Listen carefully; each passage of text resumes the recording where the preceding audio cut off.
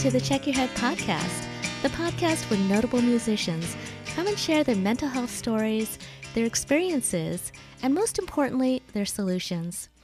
I'm your host, Mari Fong, a music journalist and life coach for musicians, and we're still in the midst of the coronavirus pandemic and racial protests, and with that can come some incredible stress. Our lockdowns have caused loneliness and boredom, which has increased the use of alcohol and drugs, and this can really be a slippery slope. There are so many great musicians who've slid down that slope, such as Jim Morrison, Jimi Hendrix, Elvis Presley, Kurt Cobain, Amy Winehouse, Tom Petty, Whitney Houston, and Prince, and they all lost their lives to it. So today we'll be focusing on the addictions that are often tied to mental health issues and how to get healthy help.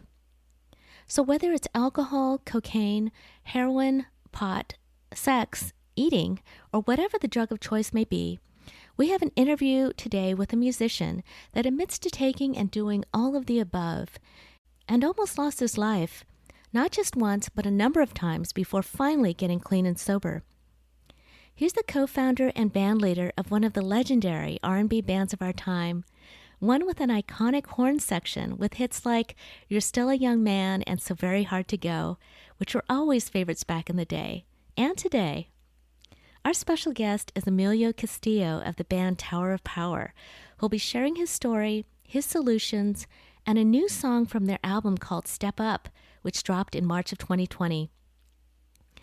Next, we'll have our expert interview with music therapist, TEDx speaker, and author of the book Sonic Recovery, Harness the Power of Music to Stay Sober, Tim Ringgold, who'll share his solution of using music as therapy. So let's start with the great Emilio Castillo and his story of addiction, mental health, and recovery. I've hired and fired countless great musicians, and some have quit and left to go on to other things. And I'm proud to say that I have a good relationship with every one of them, even today. You know, all these years later, I stay in touch with all those guys, and they're all great friends. And I have very cherished memories of all those musicians that went in and out. And, people ask me that question all the time, what is it that helps you keep it all together? And my patented answer, these days is God did it, I just showed up. Because the first 20 years of my career, which we'll get into a little bit later, I made every mistake I could possibly make, but God had a different plan for me. And around 1988, I was brought to my knees behind addiction to drugs and alcohol, and I got sober that year. And then within a year, my partner Doc, whenever he shares at any recovery meetings, he always likes to say, I'm glad Emilio's here tonight because he made my life a living hell the last year of my drinking and using. So I leaned on him pretty hard after I got sober, and a year later he got sober. And I think that, the two of us being the main members of the band, getting sober and setting that bar for sobriety and a spiritual path really sort of set the direction of the band for the next 30 years. And, along the way, learned a lot of things in sobriety. Well, I'm so glad. Thank you so much for admitting that and talking about it, because so many other musicians and people in general are also, have fallen into addiction for whatever reasons. What do you think led to your addiction? Now that I'm on this side of it, I can look back and, I know a lot of the triggers that drove me.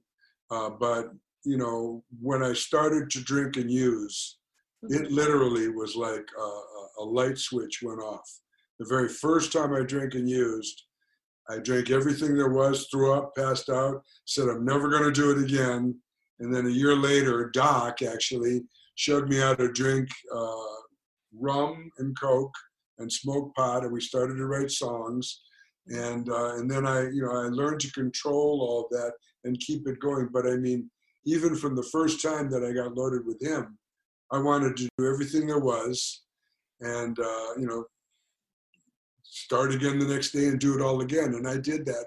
Literally, I blinked my eyes and 20 years went by, And along the way, different types of drugs, and pretty soon hard narcotics came in. And, I can tell you my story. It's a progression for sure, and, but if I look back on it from this side, being sober a lot of years, I realized that I had abandonment issues. Mm-hmm. I remember when I was 14, I fell in love with this beautiful girl. I mean, even my father was like, "You did good, son," And then out of the blue, we broke up, and it really devastated me. I remember my brother sort of comforting me through that. And then, at the time, I think I was not quite 16, but, in my relationships throughout my life afterward, whenever I would be in a relationship and it would break up, I would have those feelings, that I got that first time when we broke up. And when I was 17, just before I turned 18 years old, I had the band. Doc was in the band. We were aiming for the Fillmore West. I was serious, Right. And all of a sudden, my mother says, "We're moving to Detroit." My parents had financial issues all their lives. And so one of the main reasons we wound up in the Bay Area was because back in those days, if you had a lot of bills, you could move to the other side of the country and the bills were gone. There were no computers or nothing like that, so that's what they did.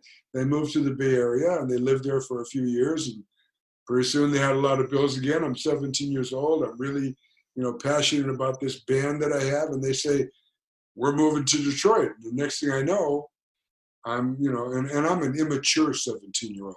Mm-hmm. I had never lived on my own. I had never had a job. All I did was play music, and next thing I knew, they were gone, and that's right when I started to drink and use, and I stuffed those feelings down with the alcohol and drugs, A lot of addicts, they say that the drugs kind of help them stuff the emotions that they don't want to deal with, which, sounds like the easy way, but oftentimes, just like you said, well, I lost 10 years of my life, or I lost this, but you eventually have to deal with those emotions because that's really the foundation of the issue. I work with a lot of recovering alcoholics and addicts. I sponsor them, and I always tell them, God will get your attention. It will happen, and that's what happened to me. That's the other thing too. Looking back on it, as I say, after being sober 32 years, I can look back and one of the things I hear people in meetings say, when I was out there, I was high, I was drunk, I didn't know what I was doing. I always tell them, I always knew what I was doing. I always knew what I was doing. I knew I was not living right. And I had a lot of guilt and a lot of shame. And the way you deal with guilt and shame when you're an addict and alcoholic, you drink more and you use more to stuff the feelings down once again, And one of the things I used to say, I always believed in God, but that's not true. I didn't believe in God. I believed that he existed. And I knew, and I don't know where I got this from because I didn't have a religious background, but I knew I was going to have to face him and sort of, admit all the things I'd done. In other words, stand in front of the judge. I knew God was a judge. I didn't have that all formulated in my mind, but I knew that, God existed and I was going to have to face him and that I hadn't been living right. I had this shame and this guilt. And so every time that thought came in my mind, it's just like stuff them feelings down by using drugs or alcohol. Yeah. And what were your drugs of choice? What was? I started on alcohol and marijuana, but what happened for me is I started when I was not quite 18. And at 21 years old, I woke up one morning and we had been drinking all night, me and Doc, writing songs. And I woke up, I had a really bad stomach ache and I drank some Pepto-Bismol and it's getting worse. And pretty soon it's like, I just took the bottle of Pepto-Bismol, I drank the whole thing. And the next thing I know, I'm on the porch. This is in East Oakland. We lived in the ghetto. at the time. And I'm on the front porch, bent over the wall of the porch, throwing up all this pink Pepto-Bismol and screaming in agony, and Doc got me to Kaiser Hospital in Oakland, and I was in there, and and they're asking you questions, and I just started screaming. I was in excruciating pain because my pancreas was inflamed. Oh my gosh. Pancreatitis. Uh-huh. And I went, they hit me up with some Demerol, and I passed out and came to, like a day later, and they said, you have pancreatitis. And I remember an older woman coming in my room with a blue book and her saying, son, are you having a problem with your alcohol? And I looked at her like this is a Jehovah's Witness or something. I said, get out of my room. I don't want to talk to you. And, I didn't think of myself as having a problem with alcohol because I thought I drank better than all my friends. I could drink a great amount of alcohol and not throw up and pass out, Isn't it funny, though, how that's like a badge of honor? Where it really shouldn't be, but people are like, I could drink you under the table, or I can drink all this alcohol, and that makes me more of a strong man or something. Or even women are like, they like to say, I can drink a man under the table and stuff, So yeah, that's typical alcoholic addict behavior, Mm-hmm. And so anyway, I got hospitalized for pancreatitis, and they said, if you may or may not be an alcoholic, but you have a pancreas that says no to alcohol. And if you continue drinking, it could burst, it could turn black, we have to cut part of it off. You could explode while you're standing on the corner, you'll just die. All these bleak, right, scary things. Yeah, and I left. I was a little upset, but in my mind, I'm justifying, nah, not me. I can do it. And within a week, I was drinking again, and within a month, I was in the hospital again. And really painful, And then the second time, it's like, okay, like this is real, and I'm trying not to drink, but I only lasted about 2 weeks, and I'm smoking pot like a fiend, Uh-huh. And I drank again, and within 3 months, I was hospitalized again. After that, I knew I was an alcoholic because I couldn't keep myself from alcohol.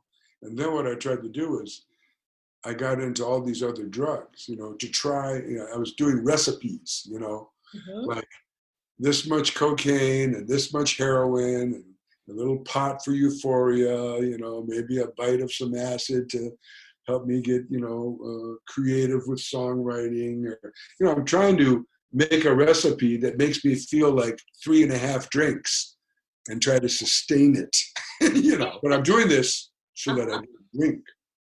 Because every time I drink, I go to the hospital, And what happened is it never worked.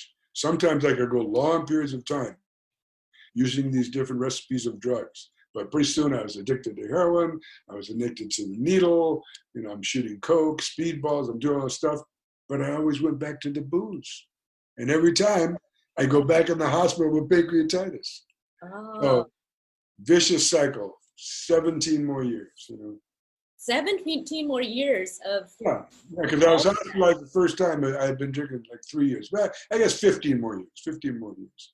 But what happened for me is towards the end, it all quit working. I was drinking again all day long, and I'm doing all these drugs, and I had money. At the time I was touring with a famous band and my band as well. Mm-hmm. I was making money, and I'm spending it all on drugs, and I'm not getting high. I can't. I feel. You tapped out.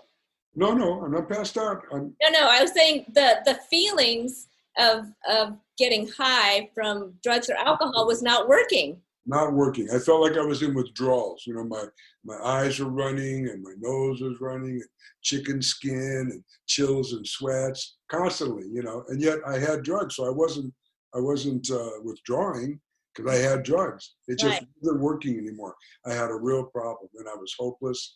And I got to the place where I accepted the fact that I couldn't stop myself. I knew I was an addict. I knew I was an alcoholic. And I knew I was going to die before I was 40. And I Mm-hmm. was 37 years old, and I knew that I was going to die, and I had this feeling it was going to make the papers and hurt everyone I loved, and I just had to accept it. I was hopeless. And what happened is I went into this treatment facility, and I didn't go in there to find the 12 steps or the AA or NA program. I went in there to dry out. And I Mm-hmm. knew that after 28 days of sleeping and eating, they were going to push me out the door. I knew I was going to drink and use again, and I knew I was going to die. But what happened is I walked into a lecture on those 12 steps. Mm-hmm. I realized that day that there was something they do besides those meetings. I had gone to one meeting. I was like, hang out with these people and not drink and use, just shoot me. And but that day I saw this lecture on the 12 steps. I realized there's a way to quit drinking and using and not be miserable. I always thought that my experience taught me that Yeah. whenever I didn't drink and use, I was miserable, Uh-huh. But I learned that day that there's something they do so that you can stop and not be miserable. And I wanted it, and I never drank and used again. But I did every single thing they suggested, everything. And I've been Okay. sober now 32 years.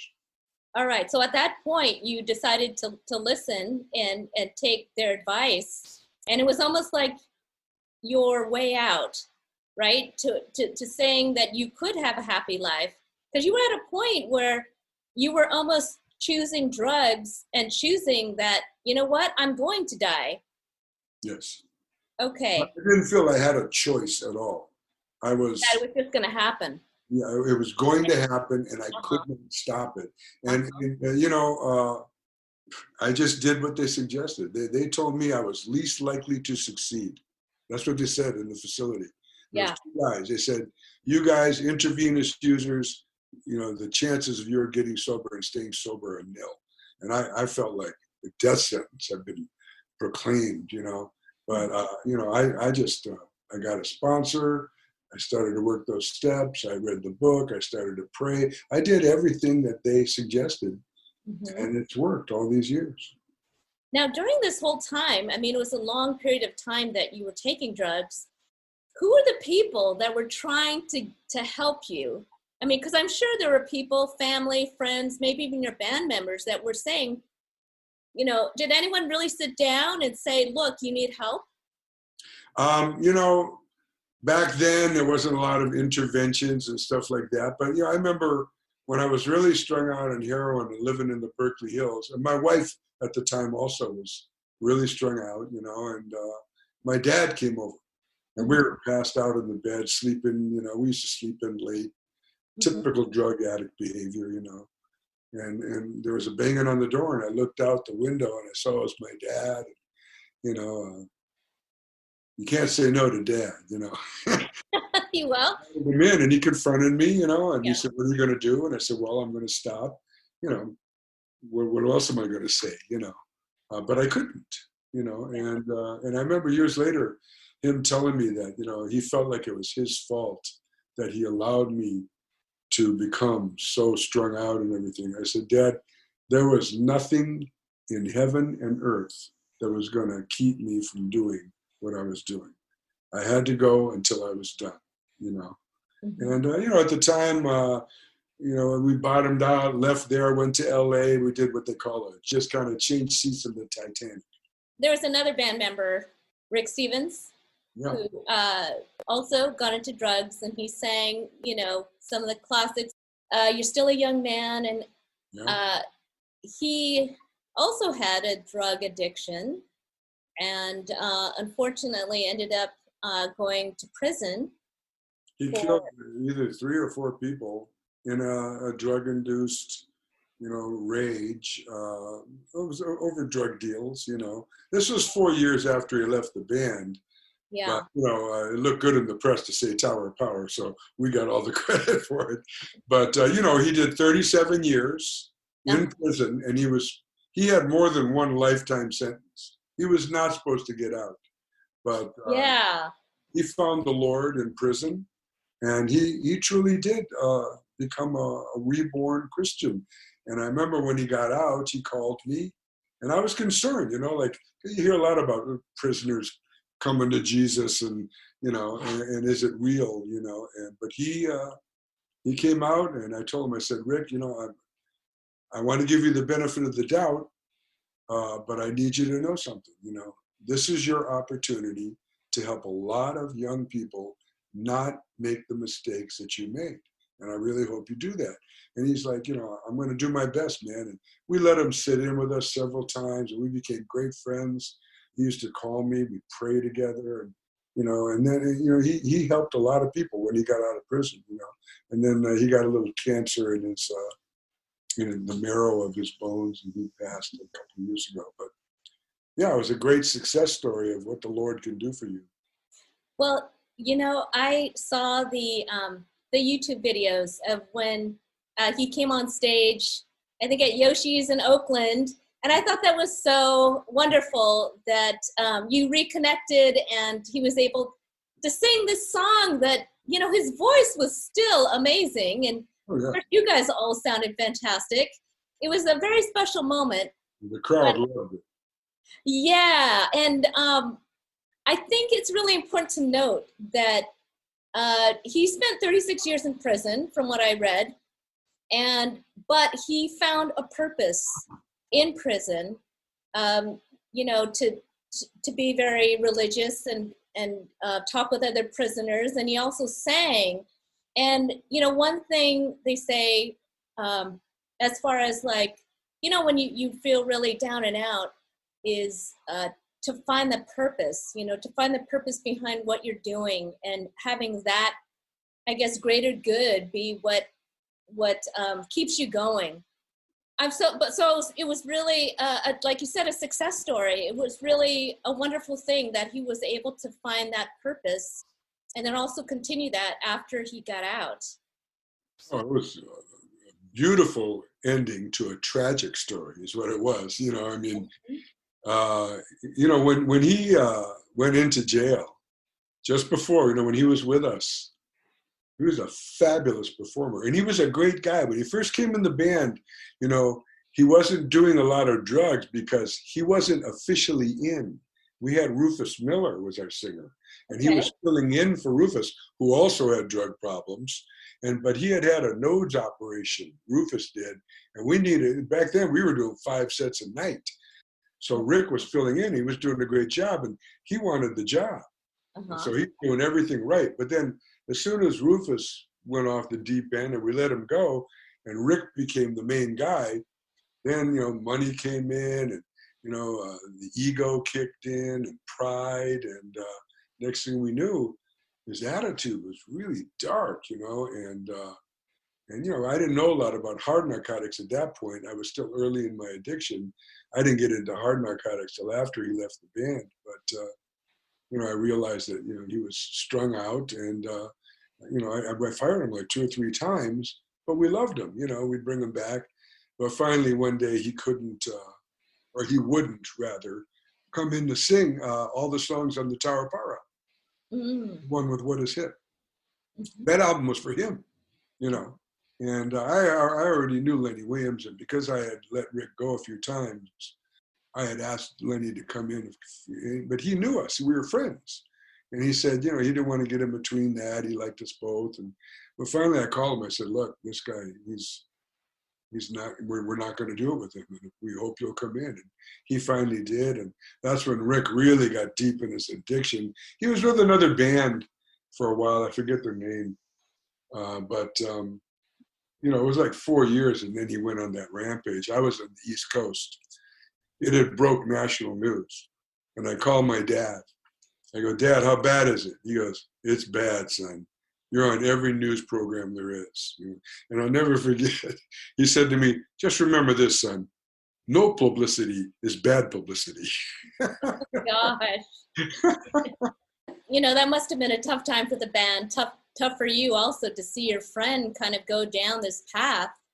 Yeah, it was sad to see, but as I said, we were already all sort of in our addictions as well. We weren't doing that type of thing, but we were definitely caught up in the addiction.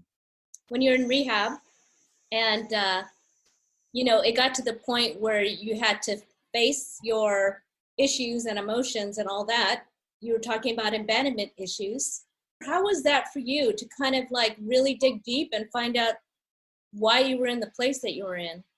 To be real honest, I don't think I realized my abandonment issues until I was sober over 20 years. Really? No, I didn't even deal with them in treatment. In treatment, I did my inventory process, and I just barfed up all the stuff I was ashamed of, things that I had done that I was ashamed of. There were sexual situations and ethical situations and, greed and envy and resentment. And I wrote all that stuff down, and I didn't have to like scratch my head and go, what should I put? It was all there, boiling for 20 years. It just came out. I was on a flight to Korea, 9-hour flight, and I just wrote it all out in like 2.5 hours. And went back and shared it with my sponsor, and he pointed out all these different character defects that were running like a thread through my life. And when I was in my addiction, I remember just being baffled. They say alcoholism, it's cunning, baffling, and powerful. I remember the last time I was hospitalized for pancreatitis in Santa Monica, my wife came in, brought my 2 little girls, and my little girl looked at me and she said, Daddy, why are you in here? And I had no answer. I had no idea why I couldn't stop myself. I knew it was killing me. I knew every time I drank, I'd get pancreatitis and the pain was excruciating. I knew it was wrong. I knew I had to stop. I knew all these things, but I couldn't. So I used to have this incredible shame and guilt. Like, why can't I? My brother at the time, he had a son, and they'd throw them all in the van and go to Disneyland. They lived like normal people. And I used to wonder, why can't I? Why? And what happened for me is I found out that, I have alcoholism, and they say ism, I-S-M, I, self, me. It's all about self-centeredness, self-pity, self-exaltation, self-righteousness, self-deprecation. And I never knew that. So all those years when I was going, why, I had no idea. But once I did the steps with a sponsor and wrote all that stuff out, and he pointed out my defects of character, and I became willing to give that stuff up and give it away to a power greater than myself, I started to realize, oh, this is why. These are the things in your life that are objectionable, that we need to cast aside and replace with things that are more positive, and it's a process. It takes a long time, but things immediately started to get better, and they've continued to progressively get better for over 3 decades. So that was a positive process for you.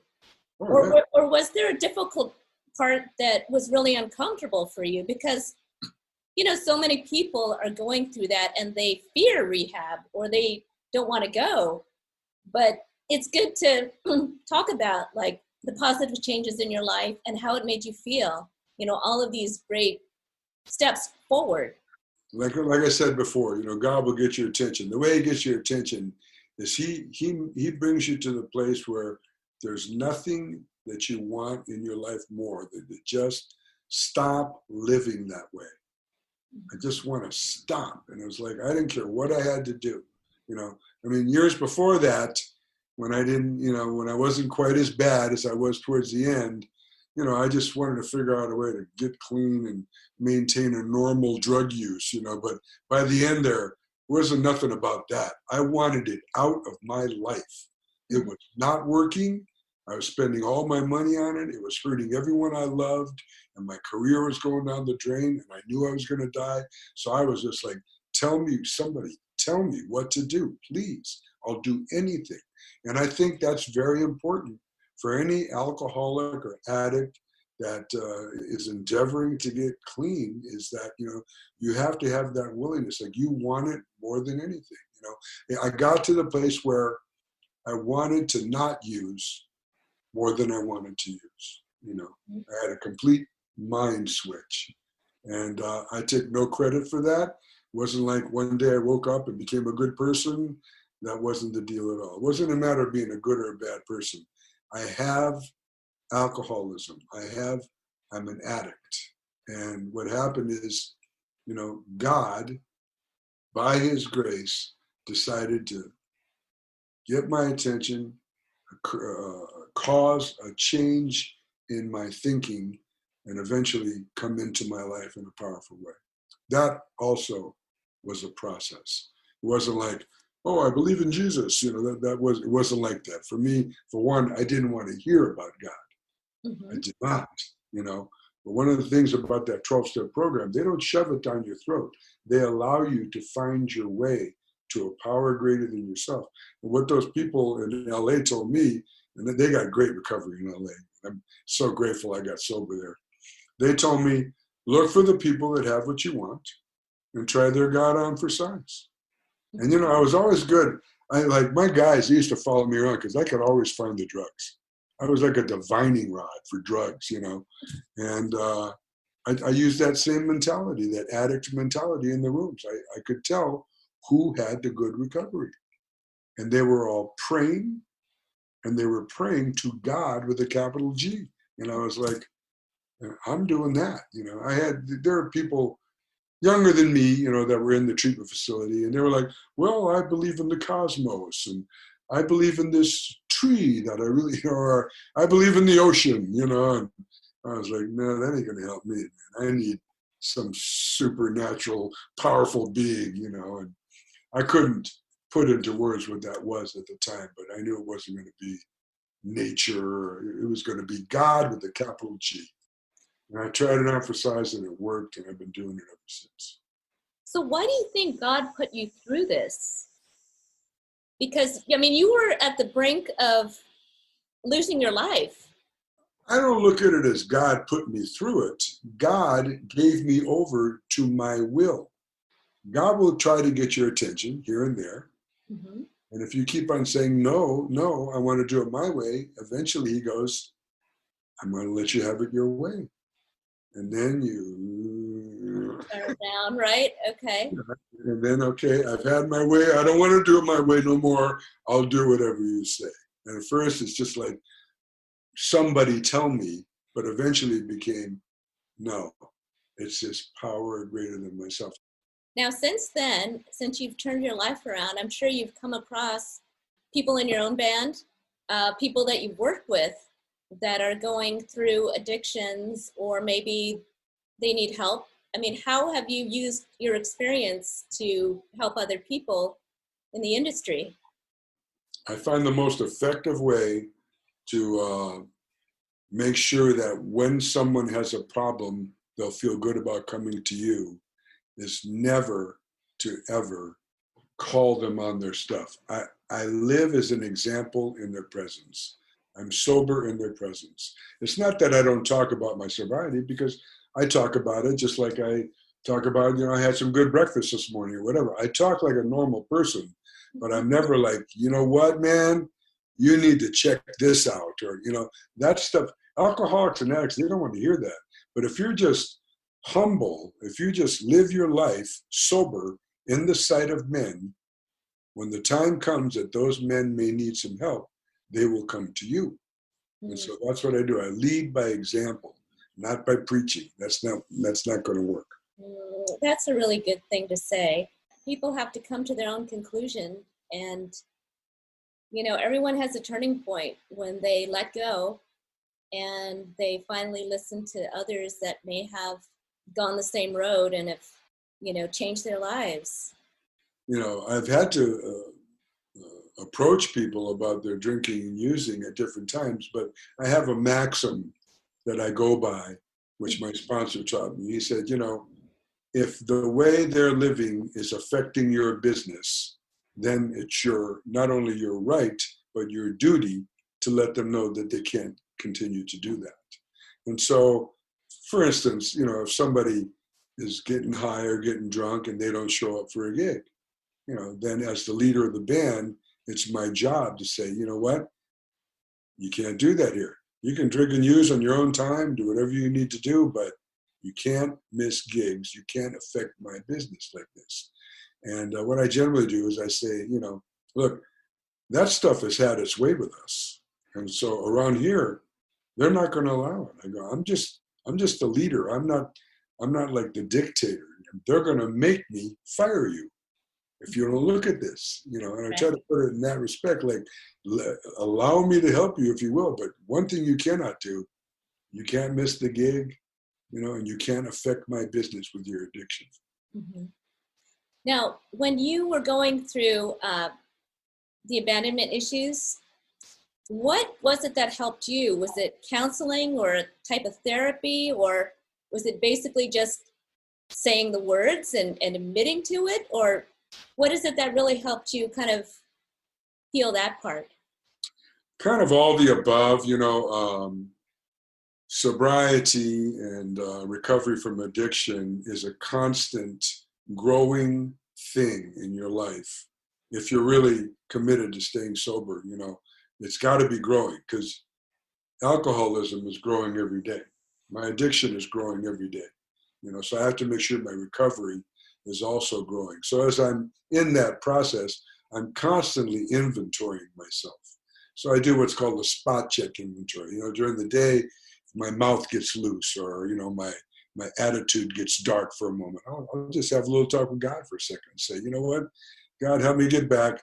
One of the things I tell my guys, you can start your day over anytime you want, and you can start it over as many times as you want. And I do that all the time. But the other thing is, every night I do a step 10. I look at my day. What did I do that I could have done better? And so I'm always looking at myself, as my point. And I started to notice things about myself, and I did some therapy. I had some therapy years ago when I was divorced from my first wife, and a couple of years ago I was divorced again, and that brought up some issues for me. These are relationship issues, and I need to look at them. So I went and I got some professional help, two kinds: Christian, biblical professional help, and also a therapist. And in going to therapy, they always want to know, your past. And so I'm going through a lot of this stuff that I'm telling you. And it came up about that first girl who broke my heart, and also about my parents leaving me at the age of 17. And I had it was like a movie. I was talking through it, and I was standing in front of my sister-in-law's house. My brother and his girlfriend, they weren't married yet, but she was like a sister to me. And we were saying goodbye to my parents, and my little brother was in the back seat. And he was like 8 or 9 years old. And we were his whole world, me and my brother Jack. And they're moving him to Detroit from the Bay Area. That's a long way, Yeah.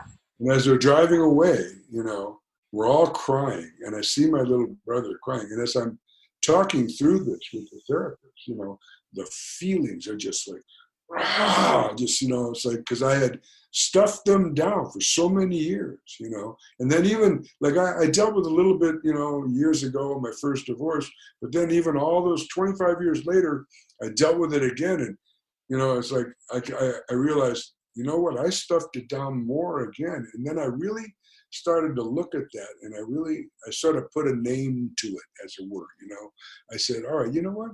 I have abandonment issues. I do. And I started to look at all my relationships, and I just realized it. And that was very helpful to me, Yeah, it's funny how a painful trauma can really affect your relationships. And it's almost like those emotions need attention and the respect to really be recognized.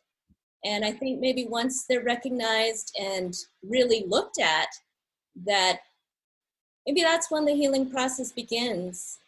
Yes. Giving that experience the respect, and really just looking at it and thinking about how badly it hurt you. I think it's an integral healing that's needed there.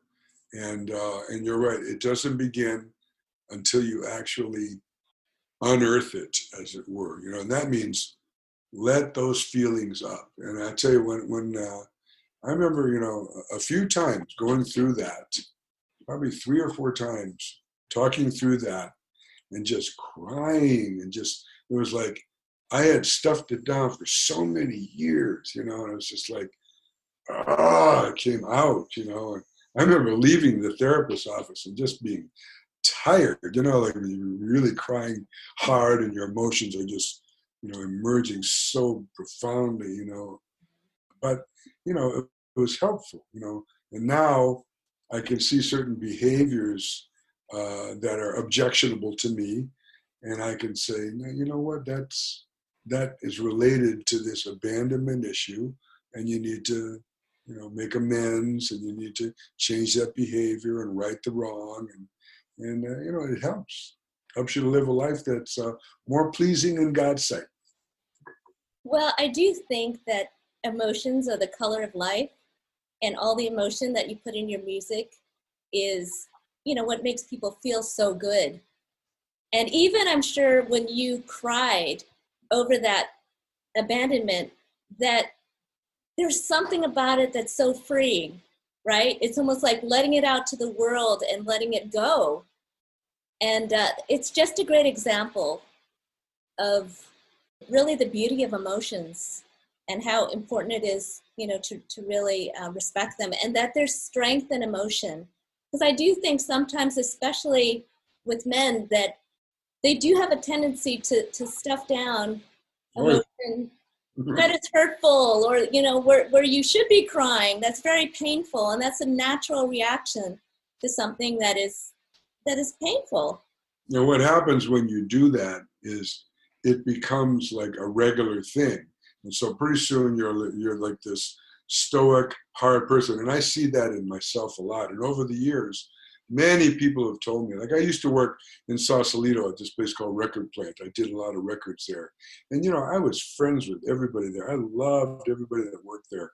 And I remember one time I was at a Christmas party, and a couple of the girls were talking to me, and they were saying, you know, the first 2 years I know you, I thought you hated me, you know? And I was like, what? Why would you think that, you know? And she goes, because you'd be walking down the hall and like your face, you know? And I tell people often when I share my story that I have an FU face, you know? And my dad was the same way. I think I would get that a lot from him.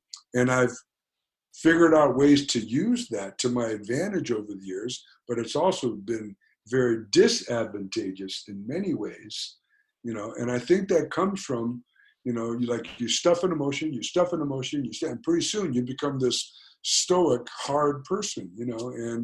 And I don't know that can ever be completely undone. It becomes such a part of your makeup, you know. But it's just so helpful to acknowledge it and to be on a quest to deal with it regularly, you know. It doesn't mean it goes away. You can put it in check, and you can just, you know, acknowledge, you know, all right, I got the FU face on, and there's no reason for that. Smile, man, and bring some joy into this person's life before you scare them away, you know. Well, you seem like a very joyous, very easily sociable person. I can be, you know. I got a lot of different sides to me, but we all do, you know.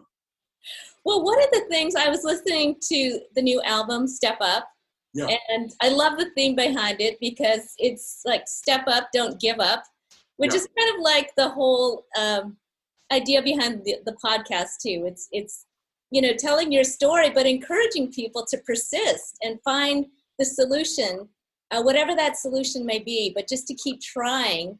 And, you know, once you do find what fits for you, whether it's for addiction or mental health or mood disorder, that really can lead to such a happy, healthy life. And that is what feels good, right? That natural high. Yeah, you know, they used to have a phrase in the recovery community in Los Angeles, really popular. You know, they would always say, you know, get in the solution. You know, stay in the solution. You know, when I share, I like to share the solution. You know, and you know, I was new in recovery, and I was like, you know, I didn't know what the solution was. You know, I was still learning. You know. Well, you are a survivor, And thank you so much for sharing your story. I Oh, mean, 52 years in Tower of Power, what are like some closing words of wisdom for a musician who wants to have a long, successful career in music? there's 4 words. I can boil it down to 4 words. Live right, feel right. And that's it. If you're living the right way, you're going to feel good. And if you're not going to be feeling good. So that's the short story. I will say for people that are early in recovery, we have addictive personalities. And so what happened for me was I started looking for all these other avenues to act out addictively. So one of the first one was food.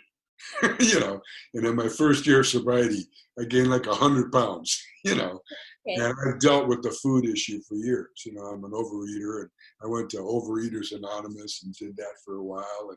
But it's an issue, and that's just your addiction is trying to find another way, another outlet. For a while it was sex. I was, having all these little, relationships on the road that I knew they weren't right, and I didn't feel good about them. And I talked with my sponsor about them, and they weren't going to fix me. And eventually I got that in order. But, your addiction will find all these different ways. It could be shopping. It can be working out. It can be positive. Mm-hmm. You get addicted to like, I'm eating healthy and I'm working out. I mean, whatever I do, I do to the max, Mm-hmm. So that's one thing I'll say about from a mental health aspect. If you're early in addiction, the thing to seek is balance. And that's an elusive thing. It takes a lot of work, but we should have moderation and balance in our lives. Next up, we have music therapist and author of the book, Sonic Recovery, Harness the Power of Music to Stay Sober, and host of his own podcast called Reduce Your Stress with Tim Ringgold. Tim shares the solution of using music as therapy in addiction recovery, and we start with Tim actually sharing his own story of addiction. I love his story because I got sober in 12 steps as well. And one of my friends, Tommy Rosen, one of the things he says is, I wouldn't want to imagine a world without the 12 steps. Where people are when they find the 12 steps is not exactly at the top of their game. And there's that moment where you finally, like he said, he used the phrase, was brought to his knees. I was brought to my knees. I know what that's like. It's humbling. And then you're finally willing. And you're like, oh, I'm actually going to go to a meeting. Oh God, how did it come to this? And I remember Pat Carnes, who's an expert on sex addiction. That's what I got sober from. He said, the average guy, from the moment he's aware that he should go to a 12-step meeting, Mm-hmm. is like 2 years between the awareness and the action. One thing I read in your book, Sonic Recovery, was that you did come to a point where you were at the edge of a bridge. And on a bridge. You called somebody, thankfully, and that person helped you off. Literally walked me off the bridge. Yeah. Now, what good. mindset were you at the time? I mean, what were you, I could tell you exactly. I mean, I can see it. I really do want to start with your addiction, because that's really the foundation of everything, right? Yeah, and I'm an open book on it. So I could tell you exactly where I was. It was in Jacksonville, Florida. I know exactly where I was walking, what side of the bridge, everything that had just happened. I had just screwed up with a female colleague of mine. And in my head, as I was walking back to my hotel, which was on the other side of the river, in my head, the way that it was going to go was she was going to disclose and tell everybody. I had just been not awarded, but recognized for my TED Talk at that same conference that morning. So I'm at the pinnacle of my career that morning, which seems to be when I tend to act out, is when things are actually going really well for me. Oh. It's almost like a self-sabotage thing. And in my head, I only see one future. And the future is I'm going to get kicked out of my field. There is just this, I just ruined my career. and this is going to ruin my marriage. And as my brain is in this feedback loop of terror and stress and emotional pain from all this anxiety of this imagined future, because you know how that is, we're all mind readers, we can, and we're all future like fortune tellers, we know how it's going to go. Mm-hmm. I only saw one outcome, which was it was all going to blow up. And as I'm walking over the bridge, I look down at the water, Mari, and the water just says, I can make it all go away. I can make it all go away right now. If you want this pain to end, I could just, all you have to do is come to me. And it felt like the force of gravity was like pulling me into the river from the bridge. And I got scared because I was like, I thought about it and I entertained it. And I was like, that would be really easy. And this could all end. And the stressed brain is not a rational brain. The amygdala is at work. It's not considering future consequences. All it wants to do is self-soothe in the moment.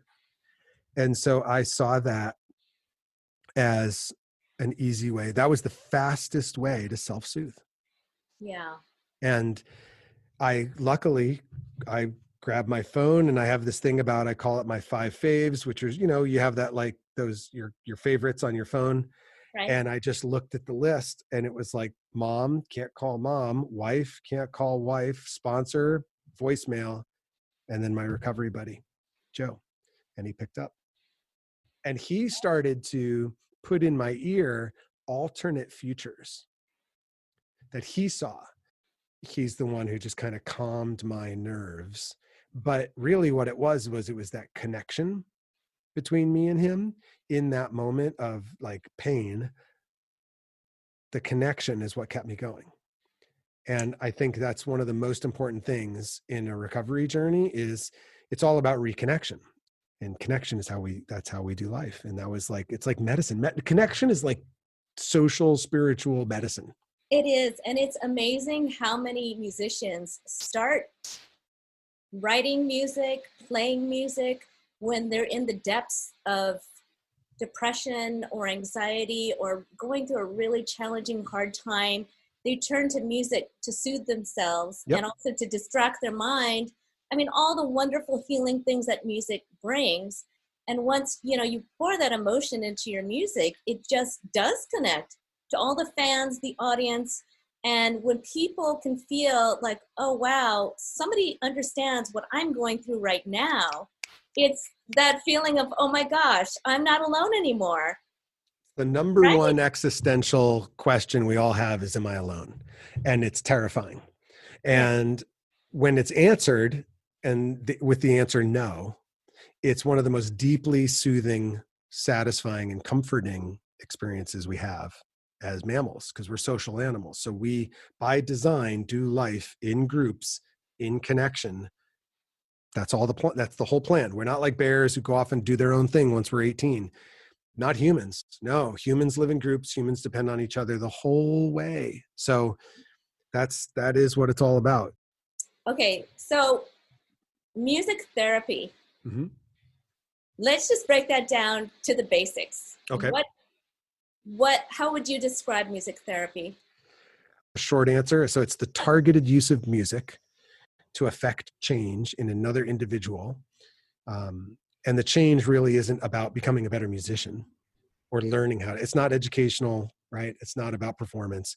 It's really about, they want to get better in some area of their life, and the music's going to facilitate that. So what are some of the exercises or homework that you would do that you maybe give your clients as a music therapist? Is that how it works, or does it kind of happen within, your interaction with them?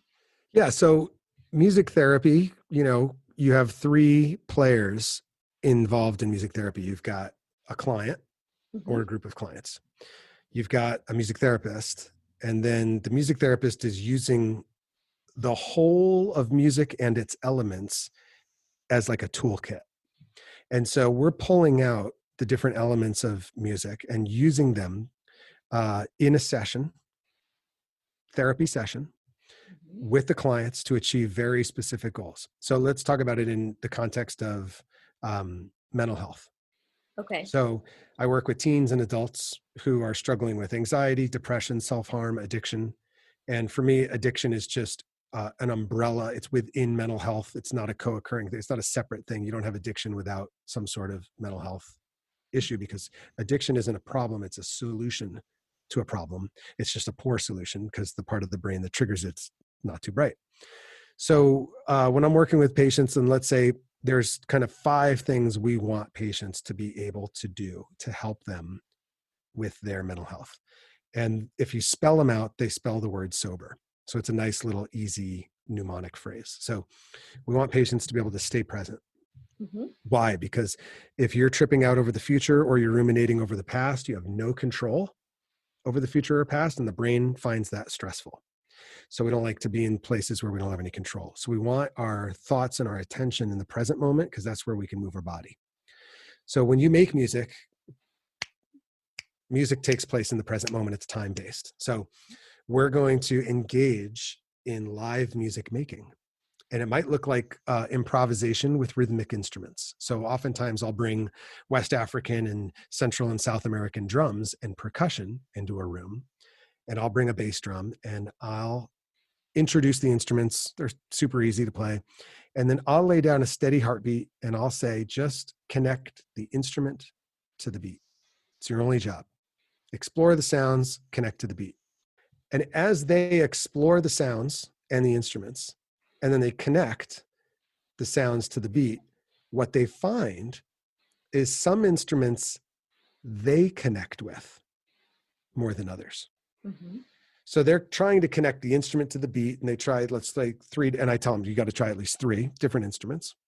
So they'll try this one, they'll try this one, they'll try this one, and they'll connect the instrument to the beat, but they don't necessarily feel connected to that instrument. But usually there's one that they feel the most connected out of the 3. And so they're now connected to the instrument's connected to the beat. Well, who's playing the beat? Me. So now they're connected to me. Who else are they now connected to? They're connected to everybody in the room, because everybody else is also busy trying to connect with the beat. And what they have their eye on is just trying to connect their instrument to the beat. But what's really happening therapeutically is, without words, I'm creating a space of psychological safety, connection, and presence, where we're all in the present moment, connecting together to something outside of ourselves. Now, when that happens, they don't recognize that, wow, like A, I'm present, B, I'm connected, C, I'm moving energy through my body, and I'm moving energy out of my body, and emotions are just energy in motion. So they're just moving emotion out of their body. Didn't even notice that. They're not thinking about the problems in the future or the past. So they're escaping the things that are stressing them out. All of these things are happening in real time. And the piece de resistance is, when we engage in music making as human beings, our brains love it, and our brains release oxytocin, which is the feeling of being connected, and it releases dopamine, which is the pleasure chemical when we eat chocolate or have sex. So we have this wonderful pleasure response in the brain and this feeling of being present and connected. And yet all we're just focusing on is a simple instruction, which is take these claves and connect them to the drum. And then when we wrap it up, we'll say, all right, what instrument did you connect with the most? And everybody has one. Mm-hmm. And then we just look at the tools of recovery and we say, listen, that's a metaphor for recovery. There are all kinds of tools in recovery, but you're not going to connect with all of them equally. You know, I think that's really important to point out, that, of course, connection is really important, but the fact that it's not just people that we connect with, but we can connect to different energies, whether that is a musical instrument or a sport, or, you know, even when you have an addiction, there are certain drugs or certain things that you gravitate to. Yeah. And, you know, one thing with, when you have a mood disorder, you can feel disconnected. I mean, that can be part of the condition. So just any kind of connection is almost like a bridge to healing. It's almost like, you know, the light at the end of the tunnel. So, you know, whether it's like you said, music therapy or an online support group or, face-to-face interaction with a therapist. That's really important. Totally. And, there's I like to hang out with people who are in the many paths philosophy club of recovery, because there's a reason why the 12 steps exist and smart recovery exists and celebrate recovery exists, which is like the polar opposite of smart recovery. There's a place for all of them because we are not all wired identically. We are wired similarly, but not identically. What you connect with isn't as important as the fact that you're connecting. But one of the things as musicians that playing allows us to do is move a lot of emotion out of ourselves without having to use words. And this is really important for guys particularly, because words to express emotions, one, we live in a culture where we're reinforced not to. And this idea of being, macho and stoic and strong really doesn't serve somebody in addiction. This is not the time for that. We want to be able to open up and express, which just means to squeeze out. We want to squeeze out this energy, get it out of our body. But language becomes a toll booth because you got to have the right words. Otherwise you're like, "Ah." And then you got to have the right listener, which can be challenging because you don't want to go find a therapist. I don't know any guy who has any interest in pursuing a therapist. I'm a music therapist. I have no interest in what it would take to go find a therapist. Forget it.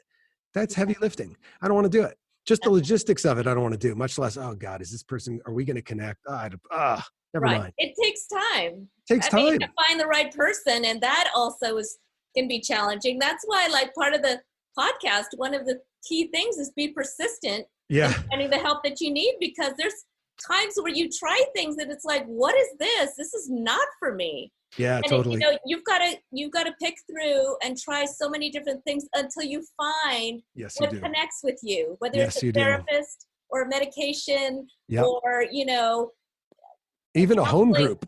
You'll have guys finally go to a meeting and they didn't like the personalities in the room, or they didn't like the style of the meeting. And I'm like, go to 6 different meetings before you make up your mind, because every meeting is its own subculture.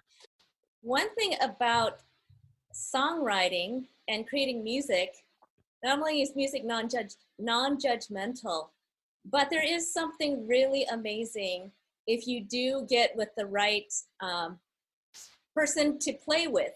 Yes. Whether you play music with them or you sing with them. I mean, I've played piano and I've taken vocal lessons, and I have gotten a joy that is indescribable, such a high when you connect with somebody musically. Yes. Yes.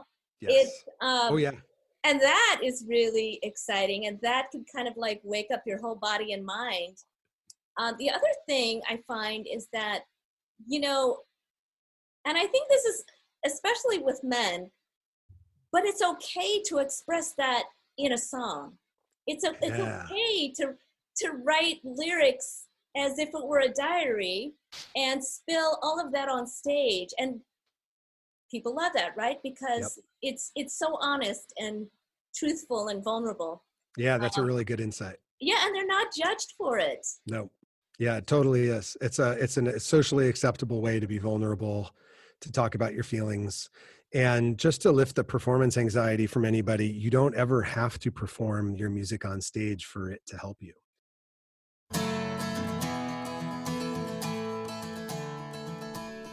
A big thank you to our featured guest, Emilio Castillo of Tower of Power, and our expert, Tim Ringgold. Pick up Tower of Power's new album, Step Up, and catch them live on September 6th at Ventura County Fairgrounds for their Concerts in Your Car series. For more information, go to towerofpower.com. And for more information on Tim Ringgold, go to timringgold.com. We'll close the episode with a clip of Tower of Power's new single called Look in My Eyes. So until next time, be brave, ask for help, and be persistent in finding the mental help that you need. I know that you want me, Lord, have mercy, look in my eyes.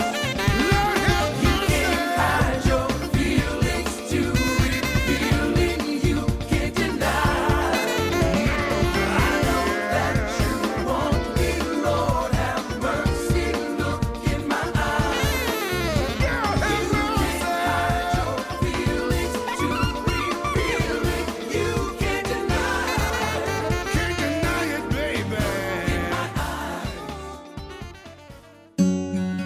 Check Your Head is kindly supported by DBSA San Gabriel Valley, Lemon Tree Studios in Los Angeles, Blue Oak Podcasting, and other kind donors and sponsors.